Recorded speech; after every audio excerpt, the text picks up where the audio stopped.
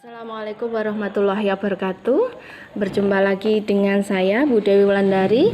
Di sini kita akan belajar bersama pada materi emulsifikasi. Nah, pada tampilan awal ini saya memperlihatkan beberapa macam produk makanan. Di sini ada margarin, ada susu, ada bakso, ada sosis, dan mungkin ini makanan kesukaan kalian yaitu es krim. Nah, mengapa saya tampilkan beberapa makanan ini di dalam materi emulsifikasi?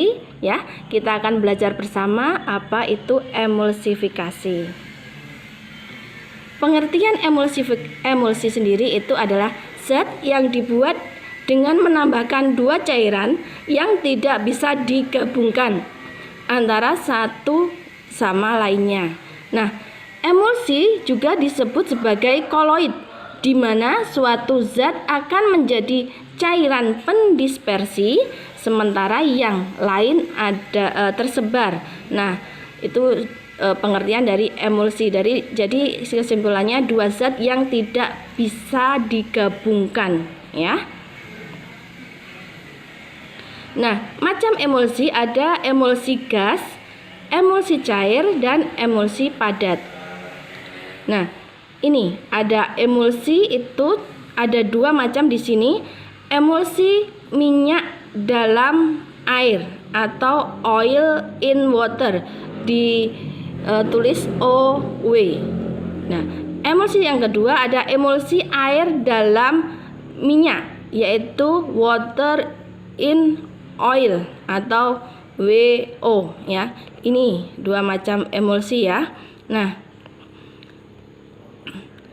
emulsi dasar terbentuk ketika air dan minyak dicampur bersama-sama. Pengadukan campuran yang kuat dapat membagi minyak menjadi partikel kecil karena bercampur dengan air, ya. Emulsifier apabila lebih terikat pada air atau lebih larut dalam air, polar itu air, maka dapat lebih membantu terjadinya dispersi minyak dalam air sehingga terjadilah emulsi minyak dalam air atau OW, misalkan pada susu, ya. Kemudian emulsifier yang lebih larut dalam minyak atau nonpolar menyebabkan terjadinya emulsi air dalam minyak atau WO, contohnya pada mentega dan margarin. Sehingga di awal tadi itulah sebabnya saya tampilkan ada susu, ada mentega, karena dua pangan tersebut itu bisa terjadi karena adanya proses emulsi. Di sini ada bahasa emulsifier, ya. Emulsifier itu adalah suatu zat yang menggabungkan dua zat yang tidak bisa bergabung. Nanti kita pelajari lebih lanjut. Nah, ini emulsifier. Nah, di sini ada tabel yang memperlihatkan bagaimana prosentase antara air dan minyak dalam bahan pangan. Di sini ada margarin, airnya 16%, minyaknya 80%. Ada butter, airnya 16%, minyaknya 81%. Jadi di sini terlihat lebih banyak minyaknya. Kemudian ada mayones, hampir sama di sini, airnya 39%, minyaknya 33%. Sos itu airnya 44%, minyaknya 31%. Jadi banyak airnya. Cocolet ini ada 9% air dan 8% minyak, hampir sama. Nah, di sini pembentukan emulsi tadi diagramnya seperti sini. Ini oil in water emulsion, ya. Jadi minyak masuk ke dalam air. Sedangkan ini water in oil emulsion, jadi air itu masuk ke dalam minyak, ya. Ini karakteristiknya, ya. Kemudian ini contohnya tadi sudah saya sebutkan. Nah, pengertian emulsifier tadi saya sudah sampaikan, ya, bahwa emulsifier itu adalah suatu zat yang menggabungkan dua zat yang tidak bisa bercampur.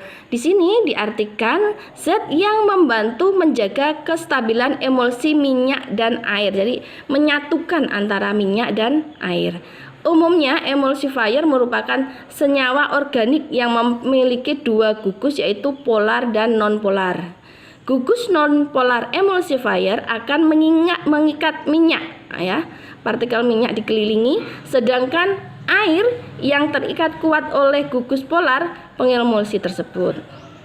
Nah, jenis-jenis emulsifier di sini ada dua, yaitu emulsifier alami dan emulsifier buatan.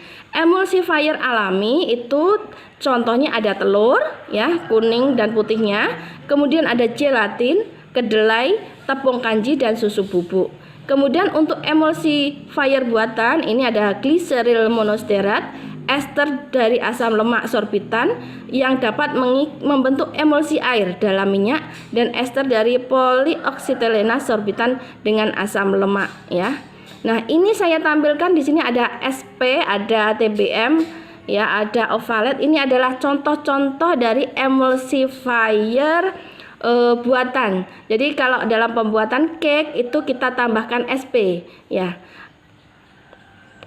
Nah, keuntungan dan kerugian dari emulsifier itu ada. Yang pertama keuntungannya, ya. Keuntungannya yang pertama adalah lebih ekonomis. Bahan telur yang dalam pembuatan cake itu cukup banyak, itu bisa dikurangi. Kemudian adonan tetap stabil meski lama belum bisa dimasukkan ke dalam oven. Yang ketiga, pengocokan bisa dilakukan dalam waktu singkat namun cepat mengembang dan membuat cake itu lebih halus. Saya pernah ini mencoba, memang di dalam proses pembuatan cake itu bisa tanpa SP, ya, bisa mengembang menjadi putih kaku. Tetapi saat saya memasukkan tepung, ya, ketika saya beri SP itu adonannya tidak cepat turun. Tetapi kalau tanpa SP itu adonannya cepat cair atau cepat turun. Jadi SP ini juga sangat penting, ya, ditambahkan di dalam adonan cake, ya. Tetapi kerugiannya penggunaan emulsifier jika terlalu banyak, ya, akan menyebabkan kue menjadi kurang enak rasanya. Jadi itu harus ada sesuai takaran, ya. Nah, bagaimana cara memperoleh kondisi emulsi yang stabil, ya? Perlu tahu ukuran dan densitas partikel, itu yang pertama. Yang kedua, gunakan kondisi homogenasi yang optimum untuk memperoleh ukuran partikel terkecil, ya. Yang ketiga, gunakan kombinasi hidrokoloid atau stabilizer yang sesuai untuk memodifikasi viskositas emulsi. Nah, stabilizer, ya, bicara tentang stabilizer, jadi stabil, menstabilkan. Emulsi itu bisa distabilkan dengan meningkatkan viskositas fase kontinu, ya. Bahasa viskositas mungkin baru, ya, buat kalian. Viskositas itu kalau bahasa mudahnya itu adalah tingkat kekentalan. Kalau fase kontinu itu adalah medium pendispersi, jadi yang jumlahnya lebih banyak itu. Ya. Tingkat kekentalan istilahnya oil in water, berarti fase kontinunya di sini adalah air. Jadi kita harus meningkatkan kekentalan air, ya. Nah, bahan yang digunakan ini contohnya ada gelatin dan gum. Ini mampu meningkatkan viskositas fase air sehingga bisa menstabilkan emulsi oil in water. Stabilizer juga mengikat air dan mengurangi aktivitas pada fase kontinu sehingga interfacial tension menurun dan menghasilkan emulsi yang stabil ini, ya, untuk gambarnya.